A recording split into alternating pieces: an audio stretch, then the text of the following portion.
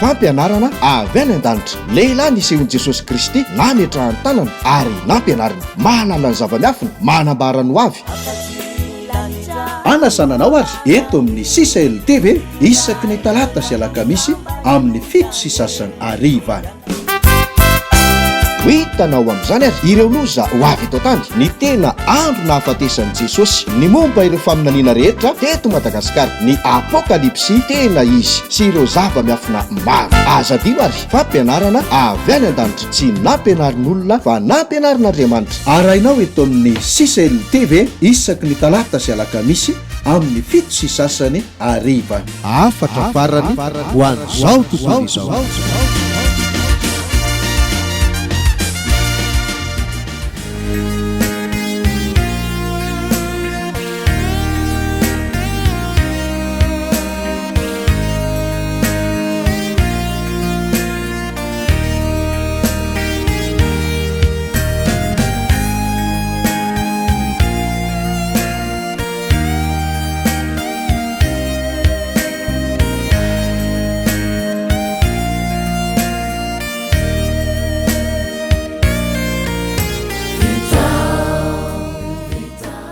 Isorana tanteraka ary ilay Andriamanitra raha toka nanome izao fotoana izao indray ary ho antsika rehetrarehetra ary nitondra antsika ho tafahoana somatsara ihany koa ato anatin'ity fandarana vitaonesan'ny famarinana androany ity indray.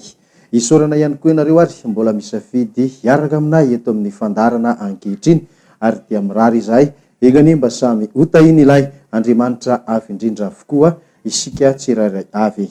Miarahaba anareo rehetra ary ny voalohan-teninay arabaina tsy akanavaka izay rehetra manatrika ny fandarana, izay rehetra mandre ny fandarana amin'izao andro ankehitriny izao. Naiza toerana misy anao. Asaiko ianao ary tsy hetsika amin'ny toerana misy anao intsony fa dia izao samy mijery manaraka hatramin'ny farany izao fandarana izao. Pasteur fitiavana herinirina ary no mandroso ao an-tokantrano.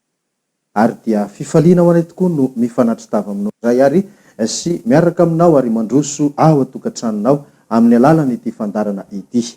Alohan'ny zavatra rehetra andehantsika hiaraka hivavaka indray ary ametraka izao fotoana izao eo ambanin'ny fitarihan'ny ilay Andriamanitra be fitiavana satria tsy mety raha ohatra ka hoe miankina amin'ny herin'ny tena sy ny fahaizana mampahalalana isika fa tsy maintsy maneho eo anatrehan'Andriamanitra hoe izy no tena mitantana izao fotoana izao. Koa naiza misy anao ary ny tiako andeha hiaraka hivavaka amiko iantso an'Andriamanitra ngataka ny fanamasina hitantana izao fotoana izao. Samy mivavaka ary amin'ny anaran'i Jesosy Kristy zanak'Andriamanitra lehibe. Jehova Andriamanitra rainay mahery, ianao no rainay ary ianao no tomponay sy Andriamanitra ihany. Tonga indray ny ora sy ny fotoana izay hitorena sy anambarana ity teny ity. Tsy manana ninonina ianterana izay ary tsisy nizaniza iankinana ihany koa. Afa-tsy anao irery raha eo dia ianao ilay tompo tsy miova sy tompo mahery ary velona mandrakizay.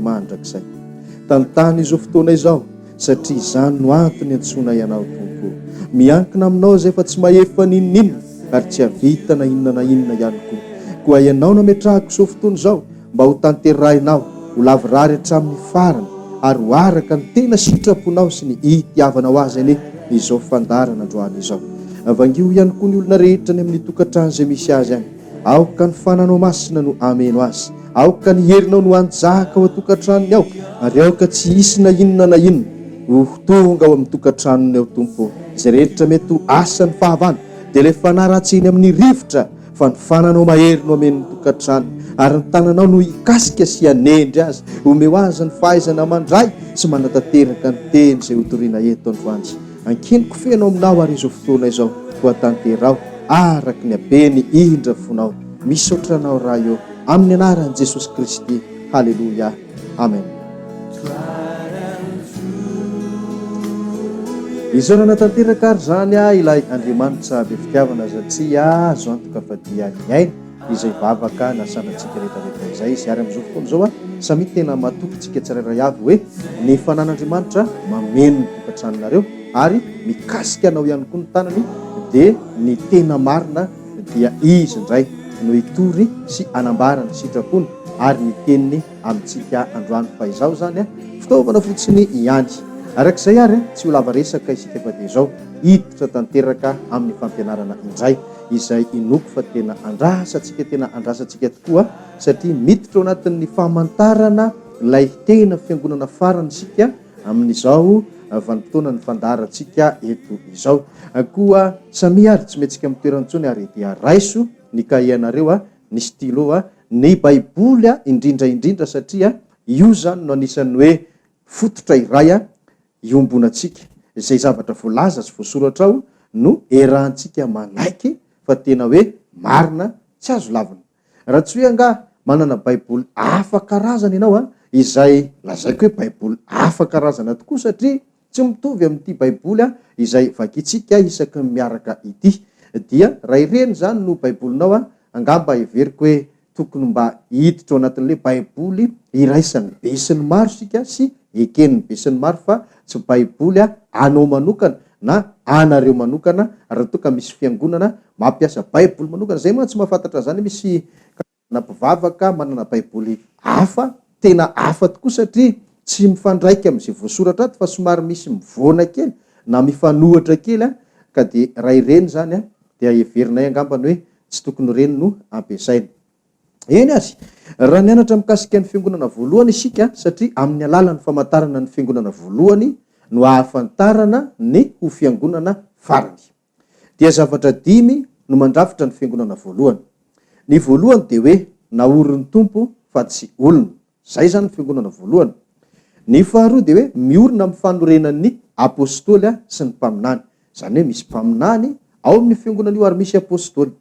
Ny fahatelo dia ny hoe manana ny fahefan'ny lanitra. Zay ho azavaiko lalindalina kokoa zany ireo androany. Ny fahaefatra dia hoe manana sy miaina amin'ny atao hoe fampianarana tsy misy kilema. Ary ny fahadimy farany dia manana ny herin'Andriamanitra na ny herin'ny fanahin'Andriamanitra. Zay no aindisiny ny lazantsika azy hamantarana manokana ny mombamomba ny fiangonana voalohany. Dia io zany no lasitra io. Rehefa hitantsika hoe zay no lasitra dia alaitsika daholo ny karazam-piangonana sy ny karazam-pivavahana kristianina ny resahana eto manerana ny tany dia ampiderintsika ao anatin'io lasitra io fa zay tena mitovy amin'io dia izay no atao hoe fiangonana farany. Fa raha mifanipaka amin'io kosa na tsy mitovy amin'io dia aza iambonantsony hoe fiangonana farany ary aza isisihana ntsony hoe tena izy fa sao dia sanatria hamita tena isika menakavy.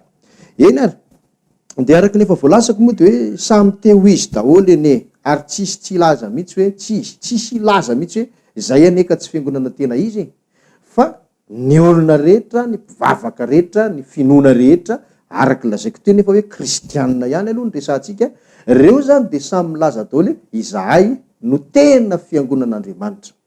Kanefa tsy zay rehetra miteny an'izany dia izy fa io ary aloha ny lasitra efa nomenantsika. Azavaintsika vetivety ary aloha hoe inona le atao hoe naorin'ny tompo fa tsy olona.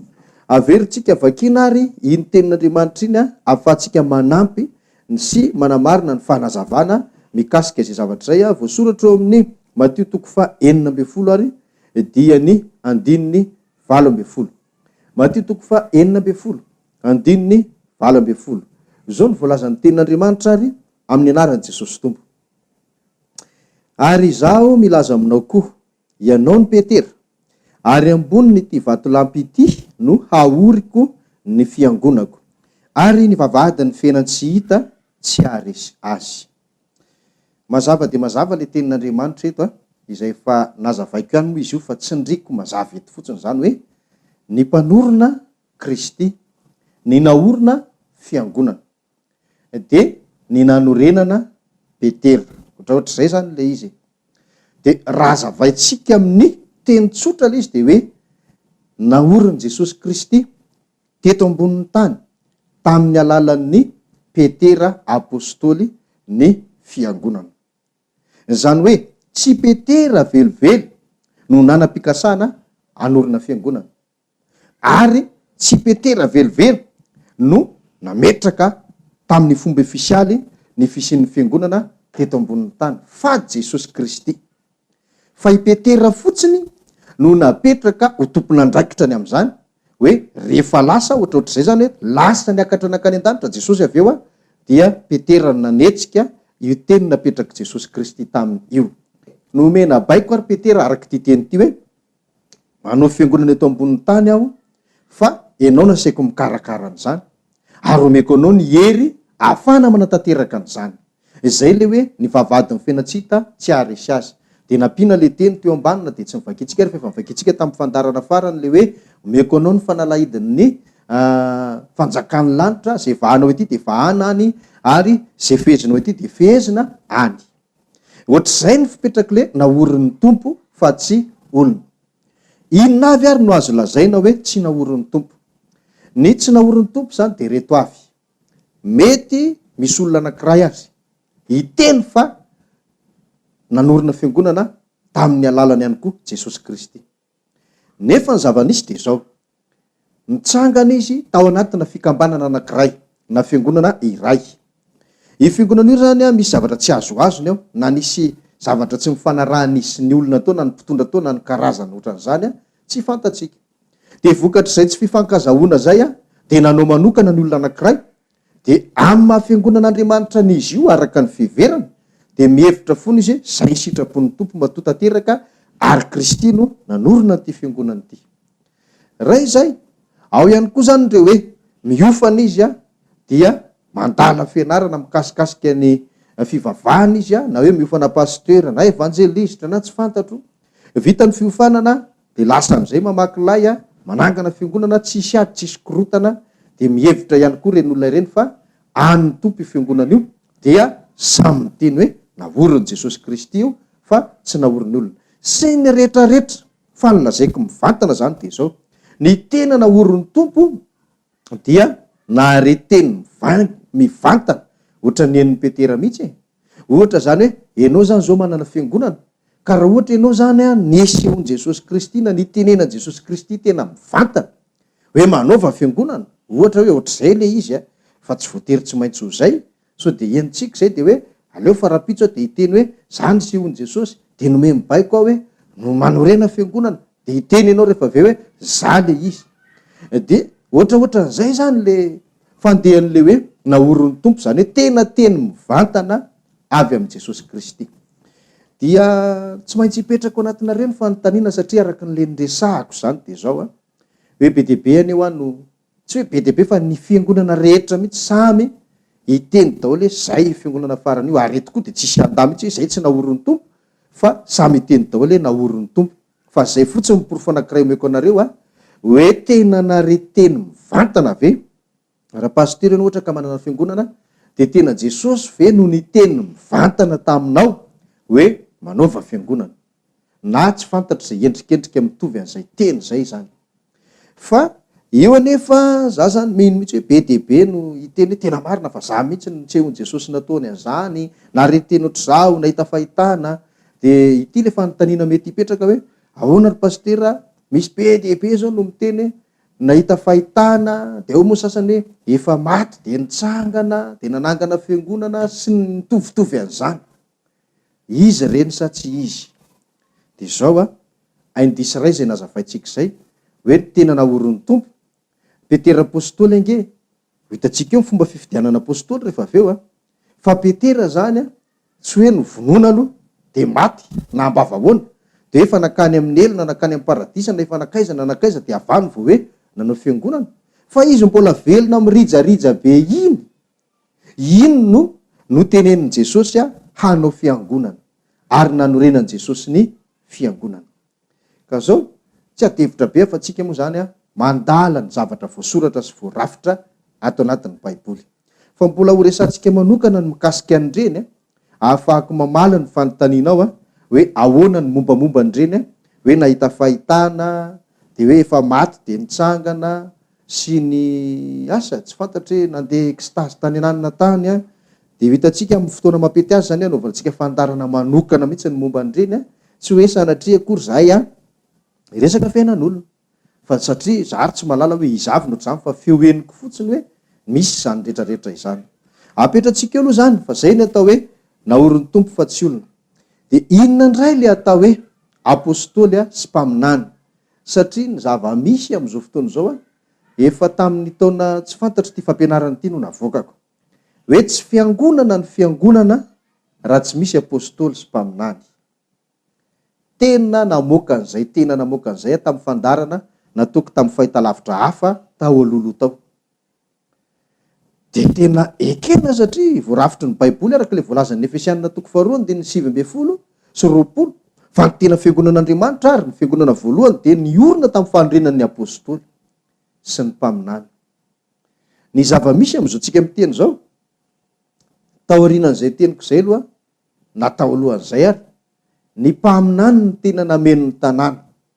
Zany hoe, zay fiangonana rehetra misy sy ny forony, dia 100% misy faminaniana sady misy mpaminany.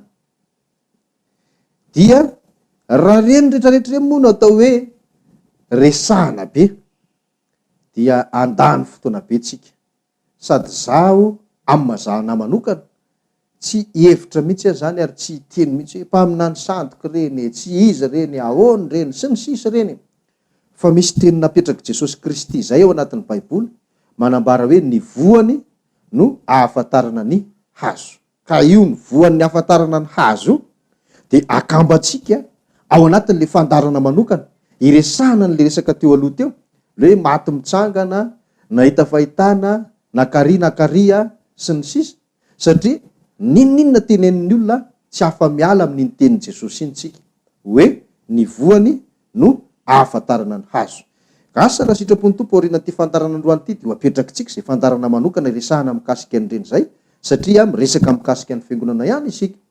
De be dia be zany ny mpaminany tao alohan'izay fampianarana navoakako zay efa nisy, indrindra moa ny tao aorinany efa nisy, satria vao nasehoko raha baiboly araky ny nanehoaka azy taminareo fa ny tena fiangonana dia misy apôstôly, misy mpaminany. De nalefako hatrany fampianarana io, ny zava-misy amin'izao tsika miteny zao, miara mahita tsika rehetra zay mahita, miara malala zay malala, zay tsy malala moa zany tsy mahalala. Fa feno apôstôly indray zany zao ny tanàna amin'izao fotoana zao. Zany hoe naiza fiangonana misy zay mijoro rehetra de apôstôly aloha ny voalohany.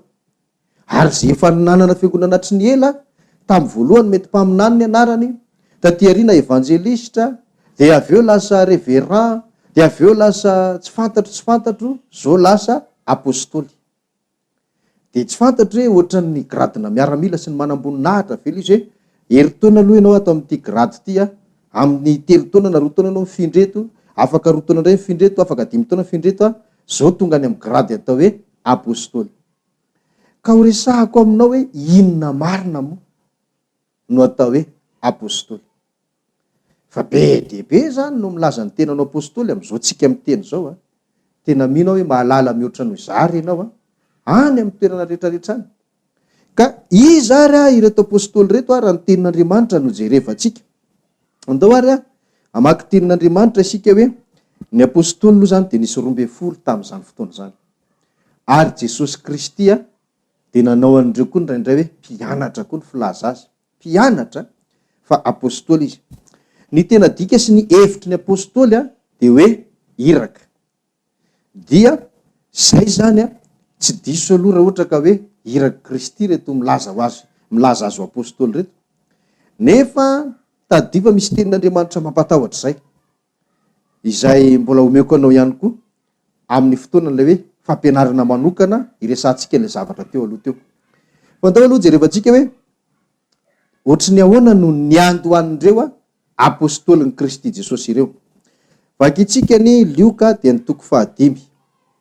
Lioka 5 dia ny vakinao zany azonao vakina no manomboka eo amin'ny 9 ka hatrany amin'ny 9.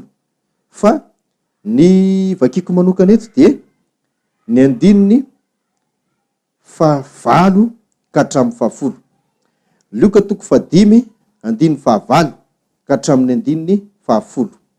Amin'ny anaran'i Jesosy ary zao ny vaky ny teny. Ary rehefa hitany Simona Petera izany de nikohaka tamin'ny tongotry Jesosy izy ka nanao hoe, Tompoko, mela amiko fa olomeloka aho. Fatalanjona izy sy izay rehetra teo aminy noho ny habeny ny azandrano izay azony. Ary toy izany koa Jakoba sy Jaona zanak' Zebedio izay niombon-draharaha tamin'ny Simona. Dia hoy Jesosy tamin'ny Simona, aza matahotra, hatramin'izao ankehitriny izao dia olona kosa no ho azonao. Zany hoe Petera dia lehilahy olon-tsotra, tsy fantatro hoe nianatra izy sa tsy nianatra, manam-pahaizana sa tsy manam-pahaizana, fa raha ny fandinenany atao azo heverina ihany fa tsy de nahita fianarana loatra zany lehilahy zany. Fa izao ny zava-nisy, mpanarato ny asany, ary teny am-panaratona teny nanatona azy Jesosy Kristy. De rehefa tonga teo aminy Jesosy Kristy de nisy resaka nataony teo azy no vakiana eo amin'ny 15 araka le nameko teo.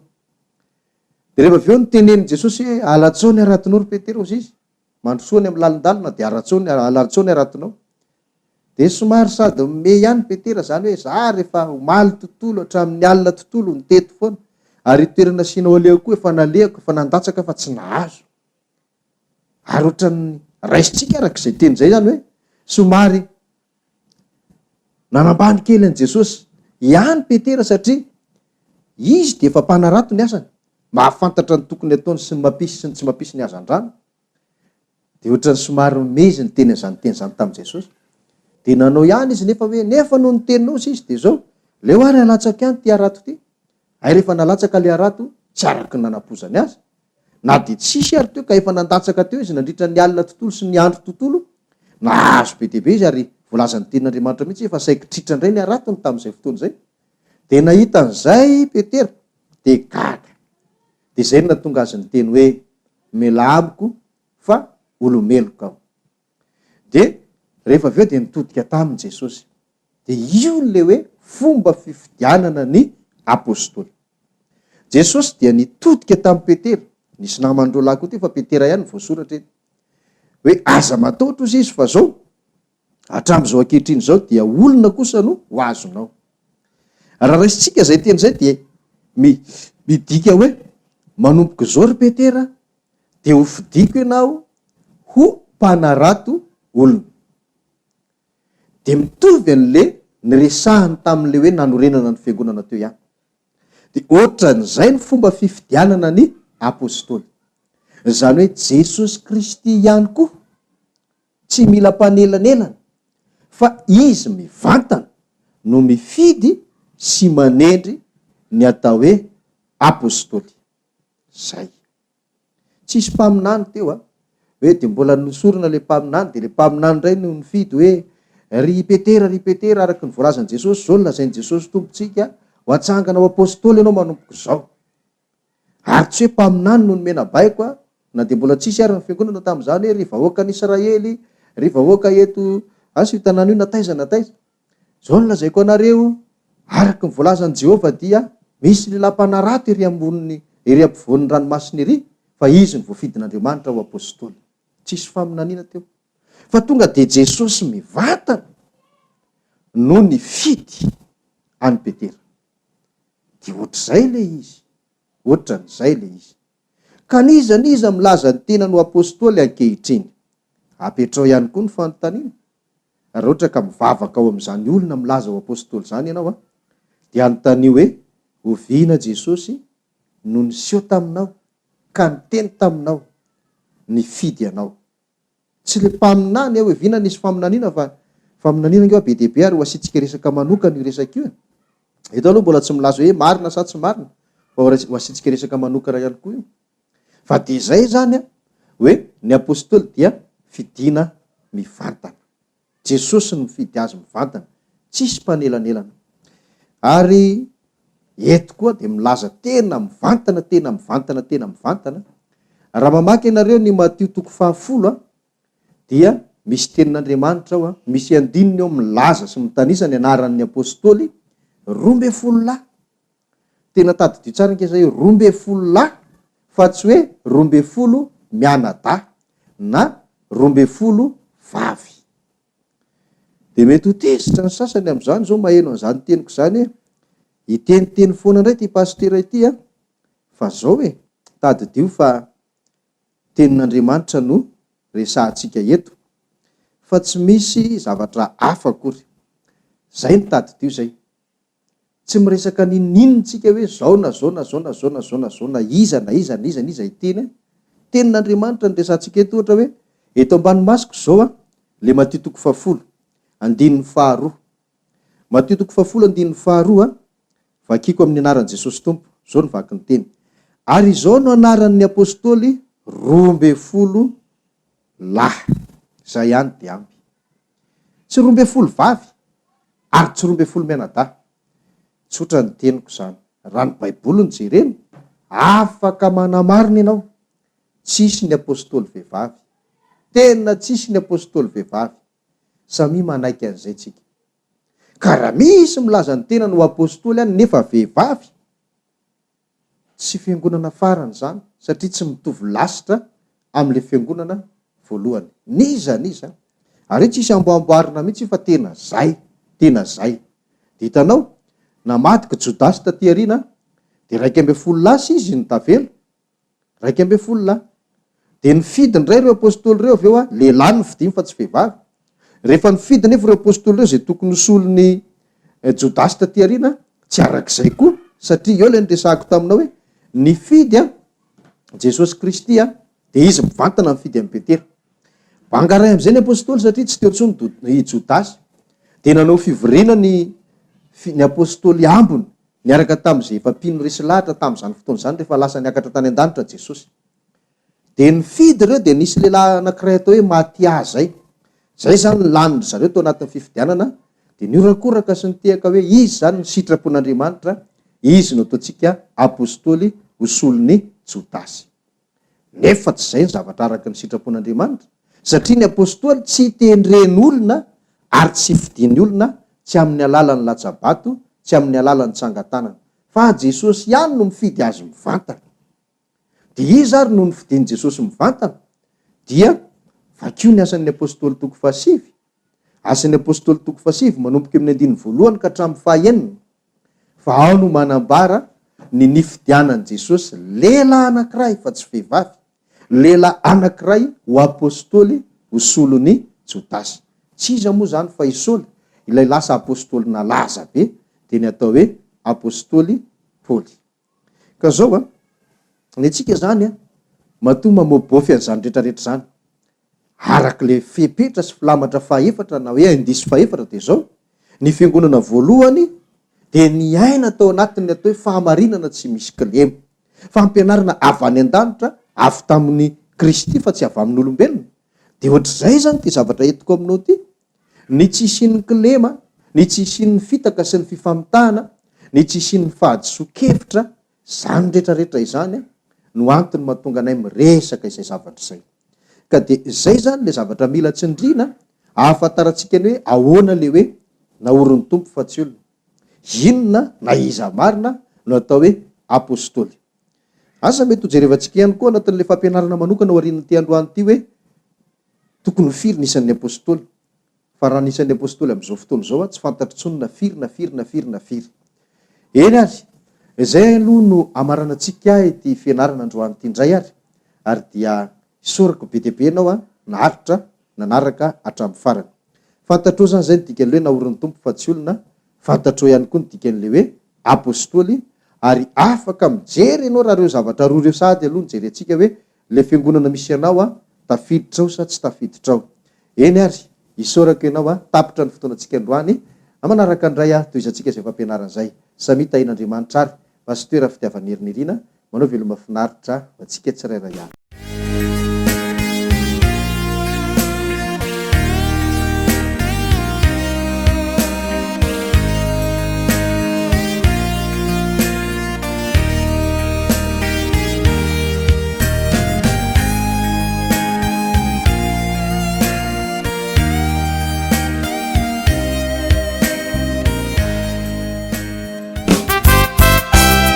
Fampianarana avy any an-danitra, lehilahy nisehon'i Jesosy Kristy nametrahany tanana ary nampianarina, mahalala ny zava-miafina, manambara no avy. Anasananao ary eto amin'ny CCL TV isaky ny talata sy alakamisy amin'ny 7 sy sasany ariva. ho hitanao amin'izany ary ireo loza ho avy eto tany ny tena andro nahafatesan'i Jesosy. Ny momba ireo faminaniana rehetra teto Madagasikara, ny apokalipsy tena izy sy ireo zava-miafina maro. Aza dio ary fampianarana avy any an-danitra, tsy nampianarin'olona fa nampianarin'Andriamanitra. Arahinao eto amin'ny CCL TV isaky ny talata sy alakamisy amin'ny 7 sy sasany hariva. Afatra farany ho an'izao tontolo izao.